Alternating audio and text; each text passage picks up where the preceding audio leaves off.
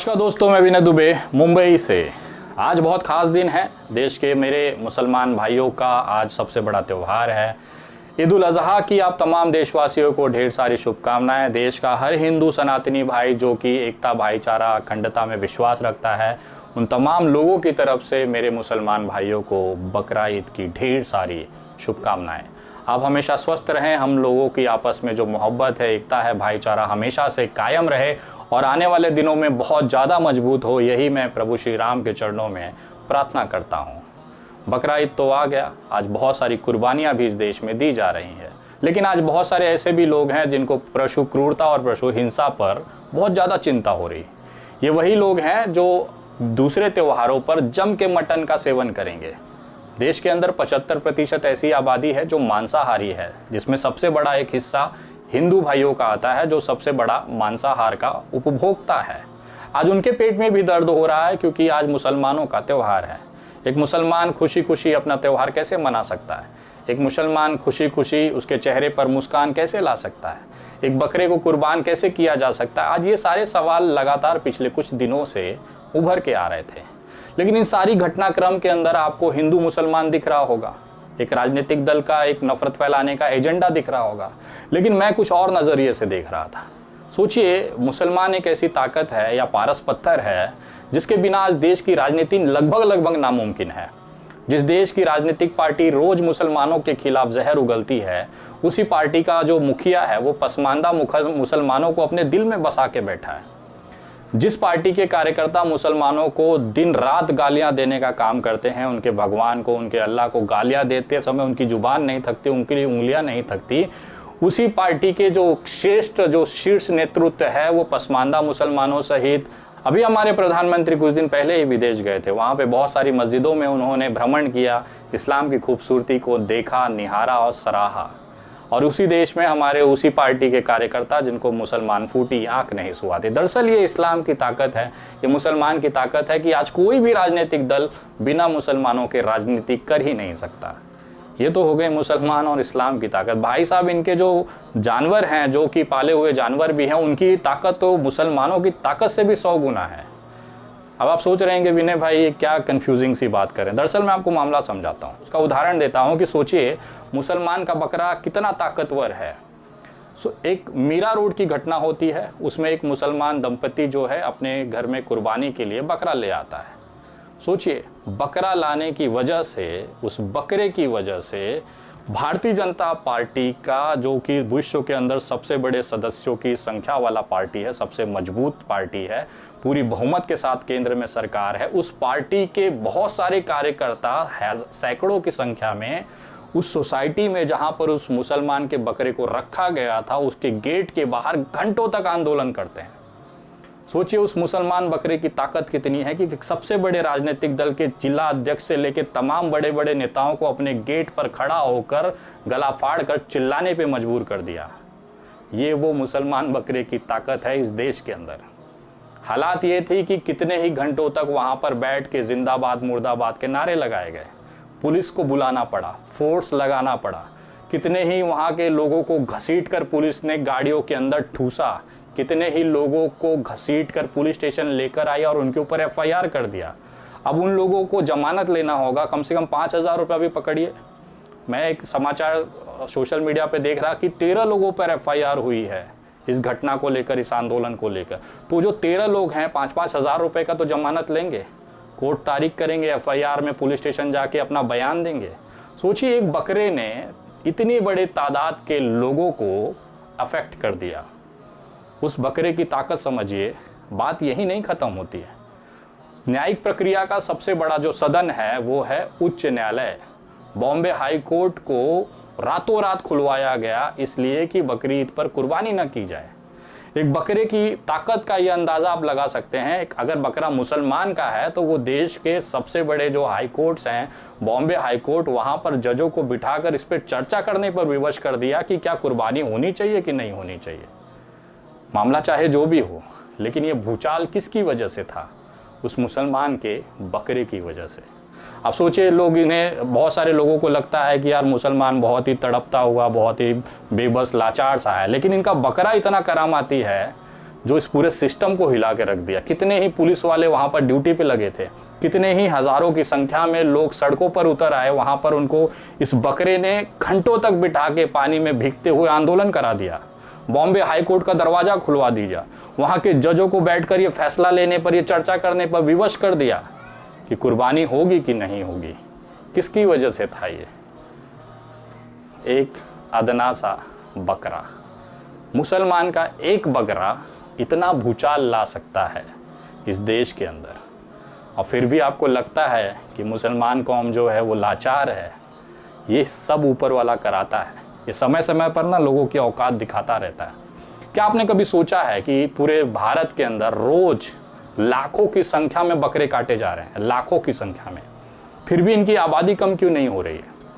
अगर इसी की जगह किसी कुत्ते को रोज काटा जाए तो उस पूरे जगह पे ना, उस पूरे एरिया में कुत्तों की जो जनजाति है, कुत्तों की जो प्रजाति है ना, वो विलुप्त हो जाएगी।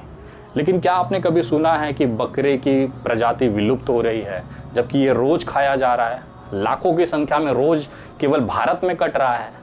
न इसकी खेती होती है, न इसकी फार्मिंग होती है, तो इतने बकरे आता कहाँ से? ऊपर वाले ने अगर पेट दिया है ना, तो उसकी व्यवस्था भी की है। आज जो देश के तमाम मेरे हिंदू भाई अलग अलग त्योहारों पर या रोज़ लगभग घरों में मटन खा रहे हैं, तो कभी उन्होंने सोचा कि ये जो सोशल मीडिया पे ज्ञान देने वाले जो हमारे हिंदू भाई हैं वो किस तरह से इस तरह की बातें कर लेते हैं? बहुत सारे तो ऐसे भी लोग होंगे जो होली पे ना घंटों लाइन में रख कर मटन की दुकानों से जाकर मटन खरीदे होंगे, लेकिन जैसे ही बकरी दिया आएगी वो ज्ञान खोदना चालू कर देंगे कि भाई ये पशु हिंसा है, पशु क्रूरता है, हम उन्हें नहीं देंगे, जबकि रोज़ वो बैठ के मटन खा रहा है इंसान। तो कहीं ना कहीं ये जो पूरा मामला है ये कुर्बानी को लेकर नहीं था। ये जो पूरा बवाल देश के अंदर मचा है कुर्बानी को और बकरे के प्रति उनका प्यार जाग गया, पशु हिंसा, पशु क्रूरता पर उनकी एकदम भावनाएं एकदम उबल रही हैं। ये भावनाएं उबल रही हैं और ये जो चिंता जो प्रकट हो रही है ना देश के सामने, दरअसल वो मुसलमानों के चेहरे के मुस्कान को लेकर है। दरअसल ये इनकी पारंपरिक पद्धति है, रीति रिवाज है, जिसको मुसलमान भाई आज पूरे शिद्दत के साथ निभाएगा। कोई ताकत रोक नहीं सकती। आज बकरे की जो कुर्बानी है वो दी ही जाएगी किसी भी हालत में, और कोई ताकत इस देश के अंदर, कोई माइका लाल पैदा नहीं हुआ जो इसको रोक सके, क्योंकि एक धार्मिक स्वतंत्रता हमारा देश का संविधान देता है। संविधान से बढ़कर किसी के माई ने दूध नहीं पिलाया है जो इसको रोक सके, और अगर किसी ने पिलाया होगा तो रोक के दिखा दीजिए। हम भी देखना चाहते हैं कि कौन सी माँ ऐसा पैदा हो गई जिसने ऐसा बहादुर बेटा पैदा कर दिया जो इस देश के अंदर कुर्बानी पर रोक लगा दे। ये हमारा देश जो है ना लोकतंत्र है, किसी के बाप की बपौती नहीं है।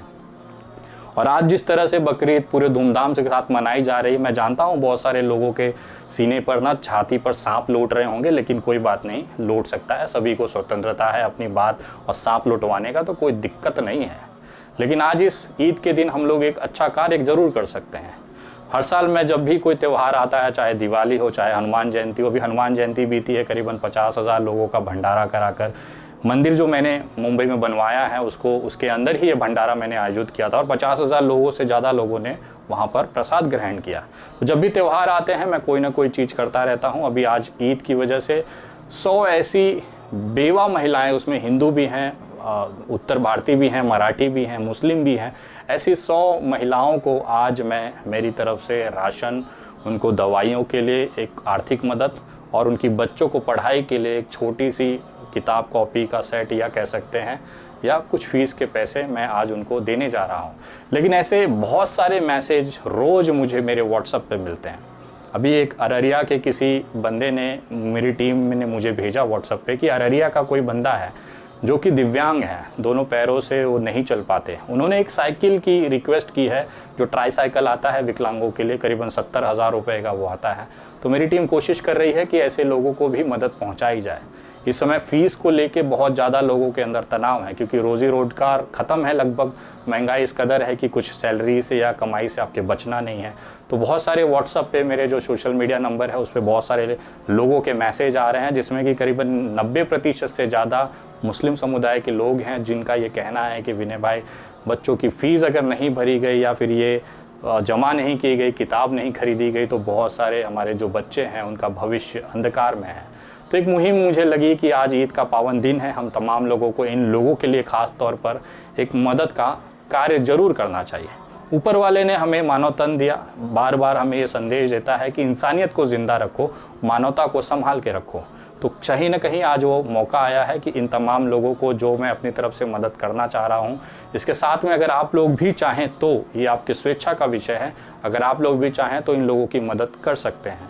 इसके लिए आपको कुछ नहीं करना है। आप दिन भर में जो फालतू खर्चे करते हैं, जैसे गुटखा खा लिया, कोल्ड ड्रिंक पी लिया, बेवजह का नाश्ता कर लिया, या कुछ ऐसी खर्चे हैं जिसका जायज़ नहीं है, जिसकी ज़रूरत नहीं है, उसके बावजूद भी हम कर देते हैं। अगर उसी खर्चे को बचाकर अगर आप सही जगह किसी माध्यम के माध्यम से उस तक ज़रूरतमंद तक पहुंचाए, तो शायद उस बच्चों का जो भविष्य है वो अंधकार में होने से बच सकता है। वो अपनी पढ़ाई कर सकता है, आगे एक अच्छा इंसान बनकर इस देश की सेवा कर सकता है। आज ऐसे ही ज़रूरतमंद लोगों को घरों से निकलकर मदद किया जाए। मैं तो करने ही जा रहा हूं। अगर आप भी इस मुहिम में जुड़कर मदद करना चाहते हैं तो कुछ नहीं करना है, सिर्फ अपने जेब से जो वो बेफालतू के जो खर्चे हैं, जो नाजायज़ जो खर्चे हैं, बस उसको बचा के इन बच्चों के लिए आपको मदद करनी है। ये मदद आप मुझ तक पहुँचा सकते हैं। उसके बाद ये मदद उन तमाम लोगों तक डिस्ट्रीब्यूट कर दी जाएगी जो सही में इसके हकदार हैं। ये मदद अगर आप भेजना चाहें तो अपने दिनचर्या में से जो आपके छोटे से खर्चे हैं उसको निकाल कर आप इसे भेज सकते हैं। इस मुहिम में जुड़कर अगर आप मदद करना चाहते हैं तो आप मेरे गूगल पे, फ़ोन पे, पेटीएम और UPI नंबर 9820898898 इस नंबर पर भेज सकते हैं, या फिर ये QR कोड आप यहाँ पर देख रहे हैं, इसमें आप स्कैन कर कर भेज सकते हैं। एक छोटी सी धनराशि, चाहे वो 10 रुपया हो, चाहे 100 रुपया हो, चाहे 500 हो, चाहे 5000 हो, किसी छोटे से बच्चे को जिसका भविष्य इस समय केवल फीस भरने की वजह से, आर्थिक पाबंदियों की वजह से उसका जो भविष्य है, जीवन है, वो अंधकार में हो सकता है। अगर उसको हम बचाना चाहें तो एक आर्थिक मदद करके उसकी ज़िंदगी में एक उजाला हम दे सकते हैं। ऐसे बहुत सारे दिव्यांग भाई हैं जिन घर में इकलौते कमाने वाले हैं, लेकिन उसके बावजूद भी एक शारीरिक दिव्यांगता की वजह से वो अपने परिवार का भरण पोषण नहीं कर सकते। ये जो 70,000 साइकिल का मामला मैं बता रहा हूँ, दरअसल उनका नाम नौशाद है। वो ये चाहते हैं कि अगर ये साइकिल मुझे मिल जाए तो मैं घर से बाहर निकल कर दौड़ भाग कर अपने लिए, अपने बच्चों के लिए छोटी सी जो ज़रूरतें हैं, छोटा सा जो रोज़ी रोटी का बंदोबस्त है, वो मैं खुद कर लूँगा, इतना मुझ में विश्वास है। लेकिन अगर ये साइकिल अगर मिल जाए तो मैं कहीं बाहर निकल सकता हूँ। मैं चलने में असमर्थ हूँ, दिन भर घर पर रहकर मैं क्या ही कर सकता हूँ। लगातार कितने महीनों से ये इंसान मुझसे संपर्क करने की कोशिश कर रहा था। अब जाकर कहीं मेरी सोशल मीडिया जो टीम है, जो व्हाट्सएप ग्रुप देखती है, मैसेजेस देखती है, उन्होंने मुझे 2 दिन पहले ये भेजा और मुझे लगा कि शायद हम सबको आगे आकर नौशाद जैसे ऐसे तमाम मैसेजेस मेरे मोबाइल पे पड़े हैं जिनको मदद करना चाहिए। अपने लिए तो जानवर भी जी लेता है, कुत्ता भी रोज़ अपना पेट भर ही लेता है जैसे तैसे, लेकिन हम मानव जाति में आते हैं। हम इसीलिए, हमारा भगवान ने, प्रभु ने, अल्लाह ने हमें मानव तन दिया है कि हम दूसरों को भी मदद कर सके, उनके लिए मानवता और इंसानियत ज़िंदा रख सकें। तो कहीं ना कहीं आज ऊपर वाला इतने शुभ दिन पर हम सबको मौका दे रहा है ऐसी चीज़ों को आगे बढ़ाकर उन बहते हुए आंसुओं को पोंछने के लिए। शायद आपका दिया हुआ कुछ रुपया, भले आपके लिए वो उसकी औकात कुछ ना हो, लेकिन कितनों के लिए वो बहुत ही कीमती है। किसी के लिए वो निवाले का काम करेगा, किसी के लिए वो शिक्षा के उस किताब और कलम का काम करेगा जिससे वो भविष्य में एक अच्छा इंसान बन सकता है। अगर आपकी सोच है, अगर आप मानते हैं कि मानवता और इंसानियत को ज़िंदा रखना है, तो आगे आकर इन तमाम जैसे लोगों को आज मदद करने का इससे अच्छा दिन मुझे नहीं लगता कि कुछ हो पाएगा। आज ऊपर वाला भी सभी को देख रहा है, उनके दिलों की इच्छाओं को वो जानता है। बेशक बिना उसके मर्ज़ी के कुछ नहीं होता, लेकिन कहीं ना कहीं इन तमाम लोगों को भी आज ऐसा लग रहा है कि ऊपर वाले ने मेरे माध्यम से मदद कराकर उन तमाम लोगों की जो परेशानियां हैं, उनके घाव पर छोटा सा मरहम लगाने का मौका हम सभी को दिया है। तो अगर आप चाहें तो इस मुहिम में जुड़कर ये शुभ कार्य, ये मानवता और इंसानियत का कार्य कर सकते हैं। वीडियो कैसी लगी है कमेंट करके ज़रूर बताएं। अब ये वीडियो हर मोबाइल तक पहुंचना ये आपकी जिम्मेदारी है। अगली वीडियो बहुत जल्द, तब तक जय हिंद, जय महाराष्ट्र।